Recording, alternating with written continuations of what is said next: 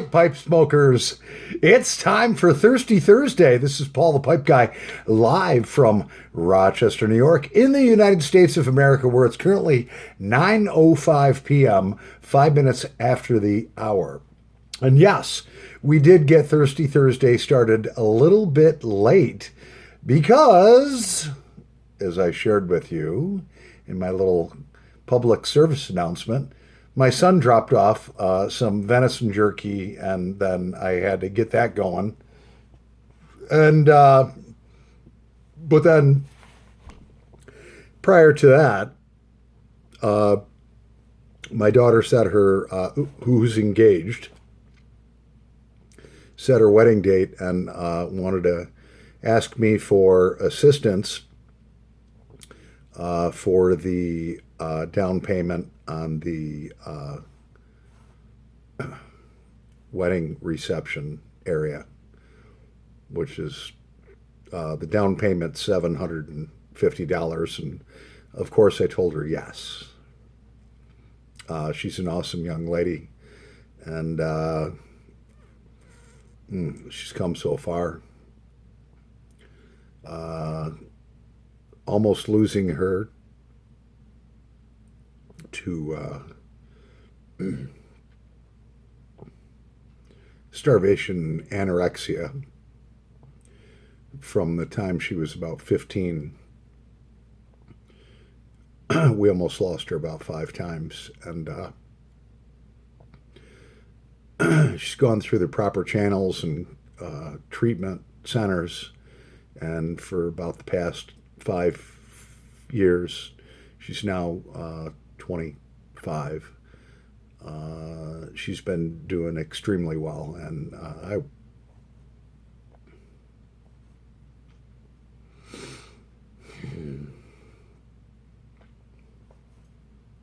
I do anything for her. So, sorry about that. Life is good. Sorry, guys.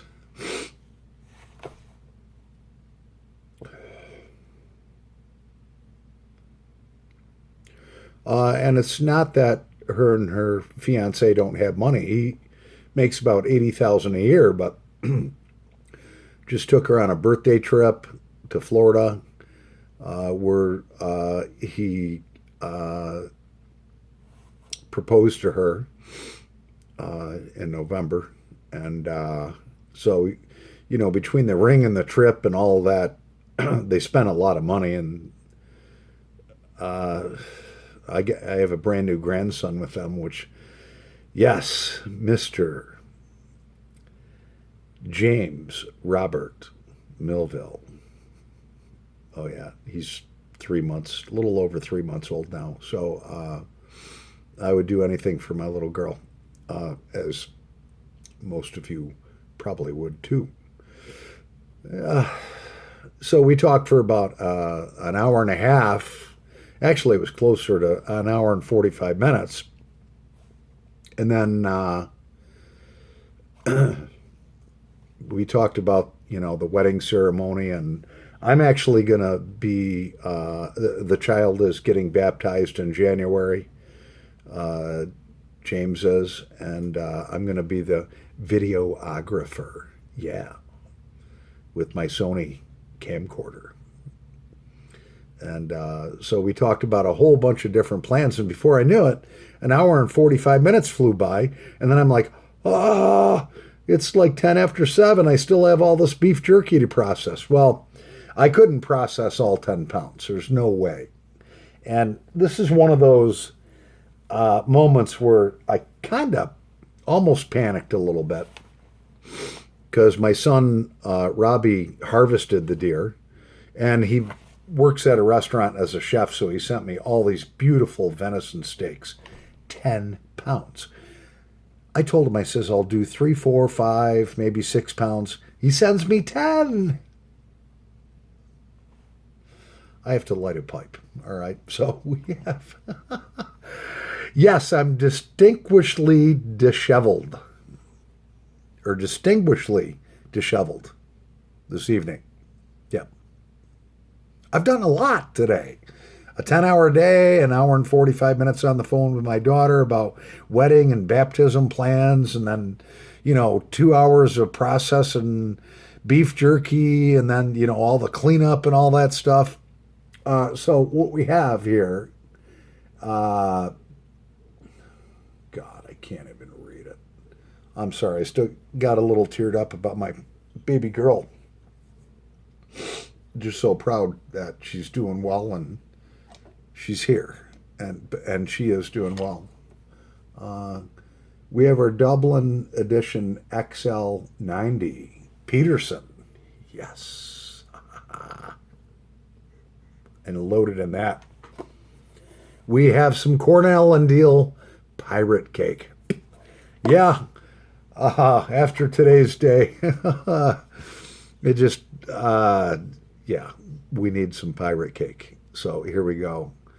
Happy Thursday, by the way. I forgot to say, grab your favorite pipe, your favorite beverage, and your favorite blend. Just look, I got fire here. I have my tamper. I'm all set up for that, but it's just so much going through my mind with all of these different things today. They're all good things, though. So cheers. Paul the Pipe Guy has his favorite, say it, favorite adult beverage, Busch beer. Yes, if you're in a group, you can say, Paul the Pipe Guy, repeat after me, has his favorite adult beverage, Busch beer.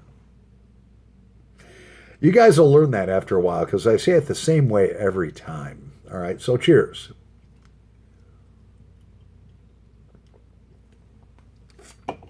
And no, I did not drink a lot of beer while I was talking with my daughter about wedding plans and baptisms and processing beef jerky. You just can't do that because all those things require sobriety and attention to detail.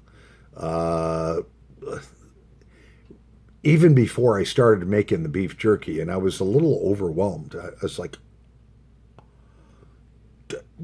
he's like, I hope it's okay, but I brought 10 pounds over. It's like, all right. So I'm like frantically thinking, how am I going to handle this? And then I remembered my video on not to react, respond. Don't panic.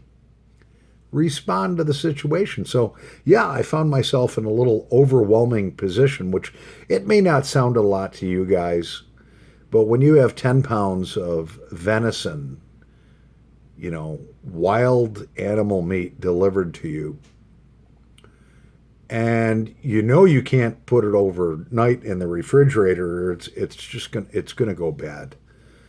So I was like, all right, I'm gonna sort through, find the best steaks I can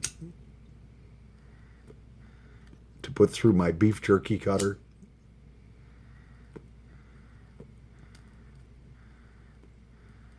Put them in a bowl. So I had to think about that for just a couple minutes. And I called a buddy of mine who's an avid hunter and makes jerky and all that. And I was like, can I freeze this stuff that I can't process tonight and then thaw it out and make jerky out of it? And he's like, oh, yeah, no problem at all.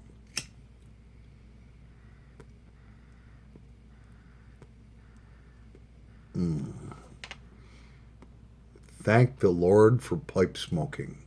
Thank you, God. This is my first bowl of the evening. A well-deserved one, by the way.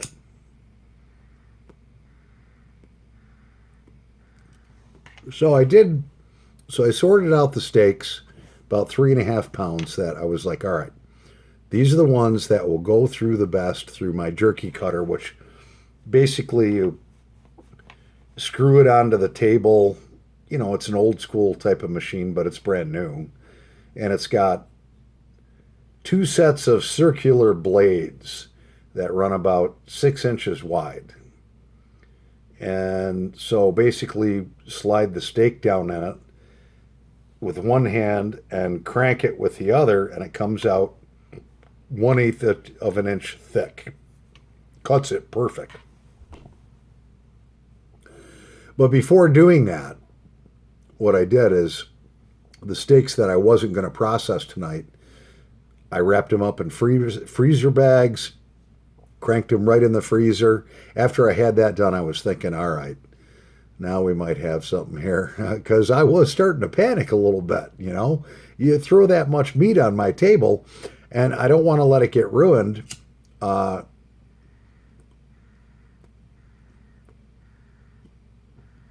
I mean, some meat will just go bad if you just leave it in the refrigerator. I was like, this is more than I can handle. And I'm like, let's formulate a plan. The mind starts working, survival skills. So I responded and reacted at the same time. What do you think, George Bruno? Can you respond and react at the same time? I think so. All of a sudden, there's this emergency that, oh, what am I going to do? Then you sit back and you think about it. I didn't have time to smoke a pipe. And then you respond to it. And when I had everything that I wasn't going to grind up or cut up in the freezer, I was like, breath of a sigh of relief.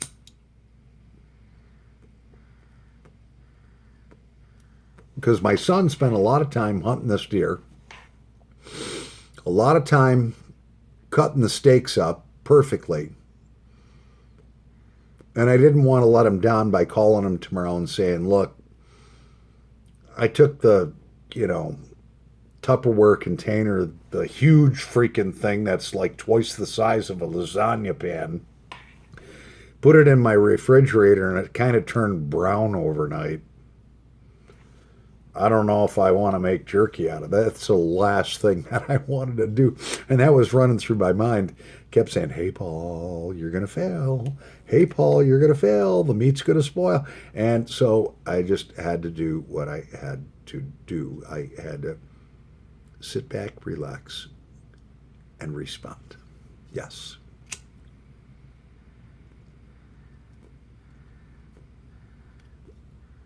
And you can use that scenario in every facet of your life,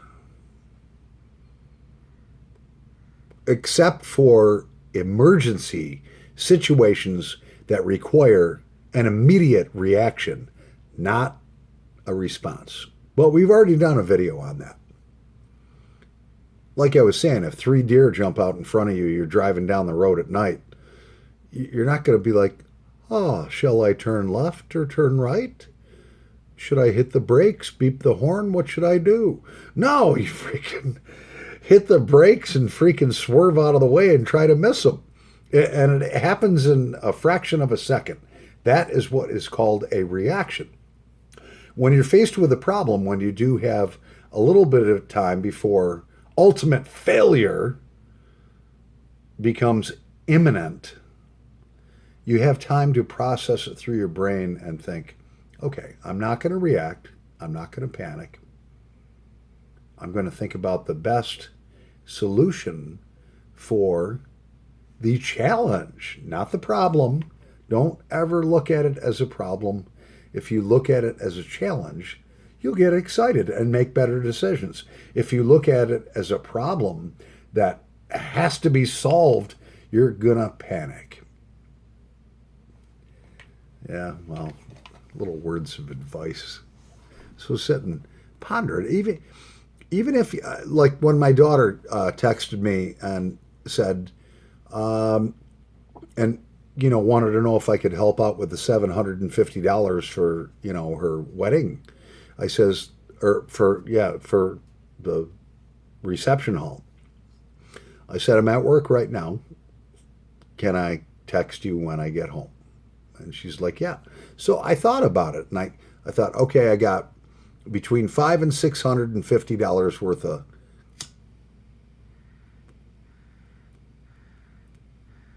repairs to do on my truck.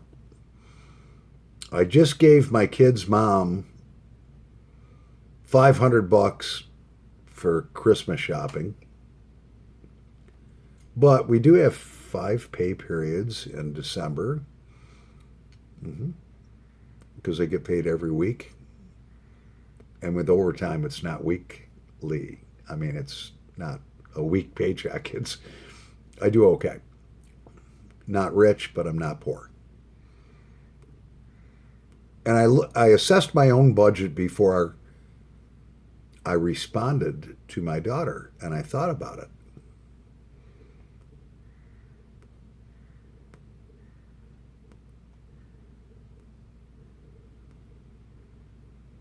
And I asked her,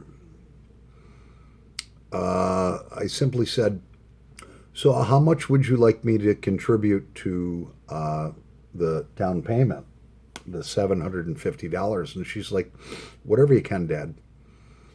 I says, well, do you guys have a savings account, right? And she's like, yeah, we do, but my fiance just spent a lot of money, as I was sharing with you guys, taking me down to Florida, took my daughter's mom down to Florida, my daughter's mom's friend down to Florida, bought a nice freaking carat-and-a-half diamond ring. So he spent some serious vig. Vig is money for Italiano in the last month. And she's like, well, he's in the insurance business, and, he makes about $80,000 a year right now, which is just going to steadily increase. But November, December, and January gets slow, as it does in most sales positions. And I understand that because I did sales for 30 years.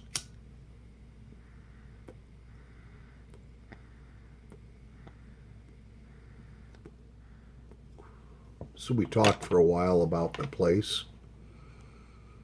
I says, well, have you checked out other places? I said, where your sister got married, she's a bargain hunter, or where her reception was. I says, what about this place? And she's like, oh, let me check it out. Oh, no, that's a lot more money.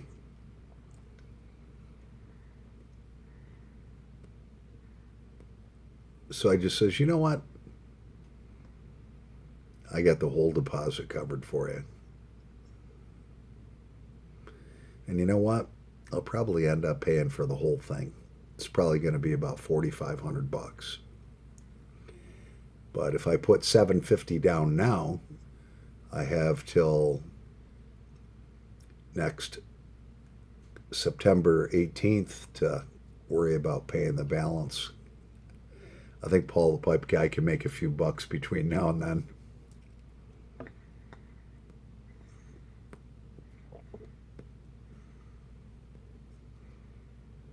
And she says, really? You're going to pay for the whole thing?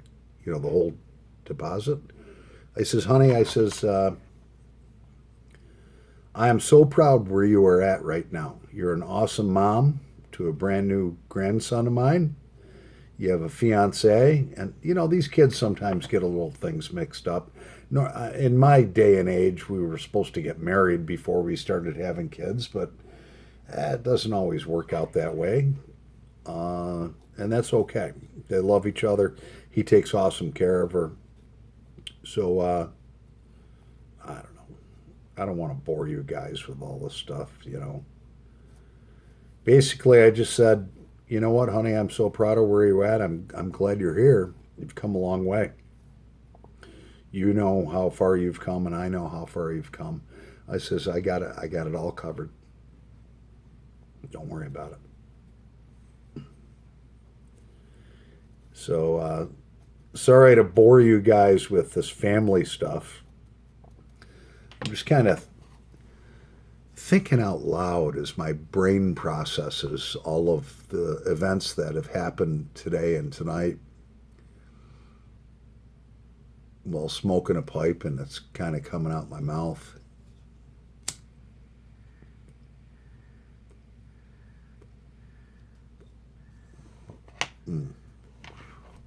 certainly enjoying this pirate cake.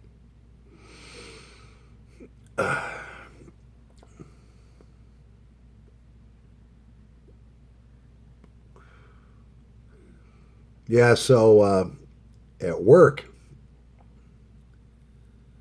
uh, only managers at work and the owner where I work have email addresses, company email addresses. Now, most of the people, hardly any of the people that I work with know that I have 30 years management experience. I've run car dealerships. I was a finance manager, okay? I have a banking background. I have a lot of experience that these guys don't even have a clue, nor could they ever do. Not that I'm trying to puff myself up. It took me a while to advance up through those ranks to, become that. And when the job became so stressful and I wanted a simpler life, I left it all behind. Sometimes money isn't everything. So that guy that you might see in a store that has, maybe torn up clothing or maybe has dirty pants or whatever, might be working his fanny off all day. He could be a millionaire and you'd never know it.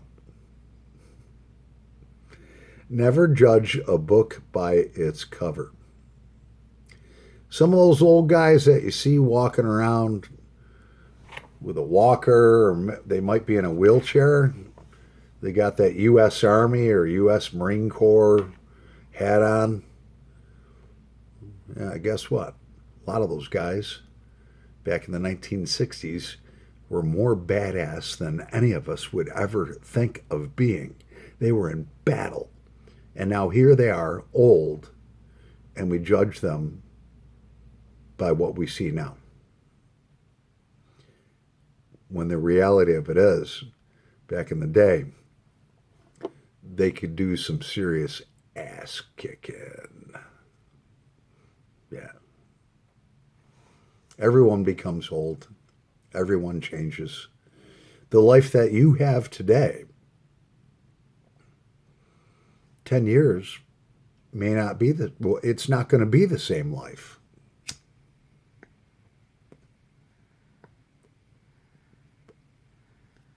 They say the average person goes through 3 different career changes in their lifetime. And that is a quote from 30 years ago when we had factories and places that people went to work for their whole lives. Now it's different, all right? Nowadays, you may have 5 or 6 different career changes in your lifetime.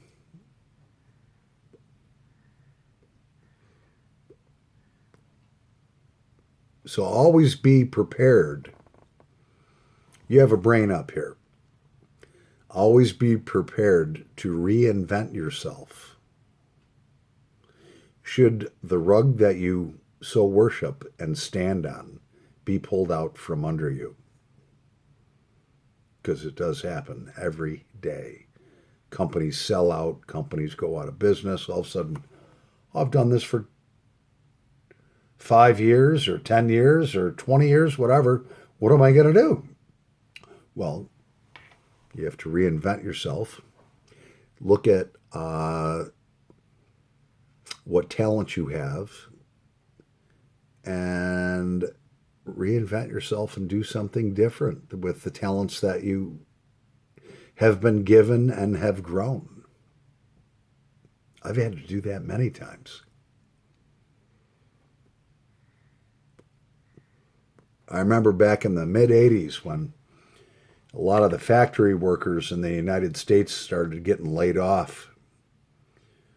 In Rochester, we used to have Kodak, Xerox, IBM, Bausch and Lomb, Many, many big Fortune 500 companies that all of a sudden either almost closed or laid almost everyone off. So here's a guy that's been there 25 years since he was 18, doesn't know anything other than manufacturing.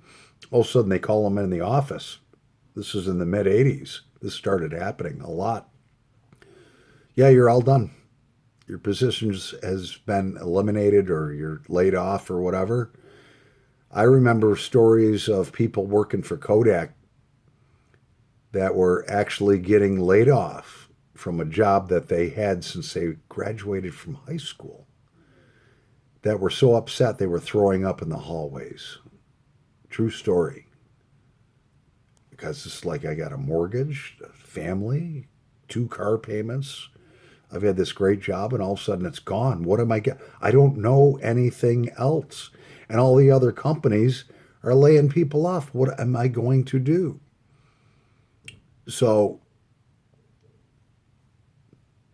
yeah, somehow they all survived. A lot of people lost everything.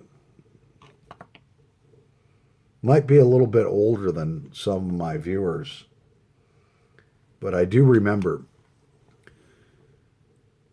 this all started happening right around 1986 with every one of those major Fortune 500 companies in Rochester. General Motors, Ford, all of them. And it was terrifying. We went into really a mini depression because of that. People weren't spending money. They were afraid of losing their jobs. I was in a sales position, actually a finance position. Nobody was coming into the car dealerships, buying new cars or used cars. I don't know.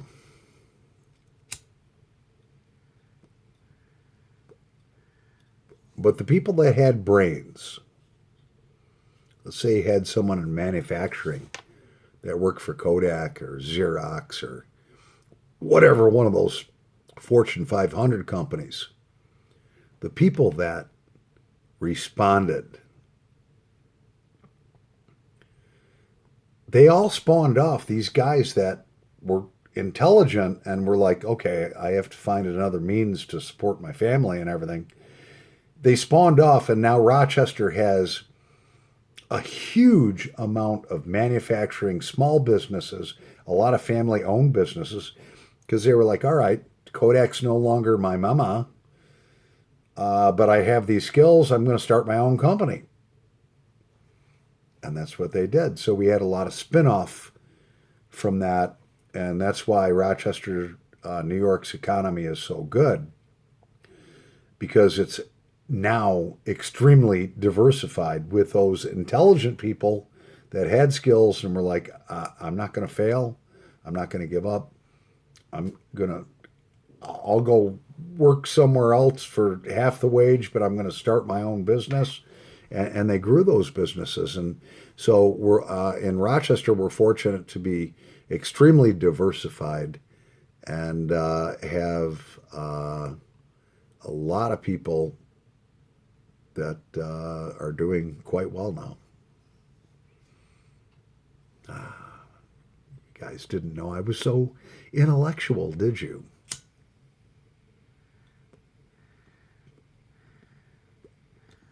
I watched it happen. I was in my early 20s.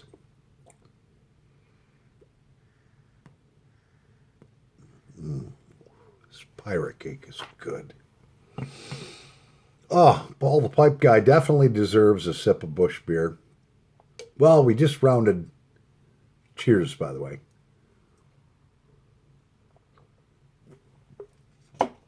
Ah, yes.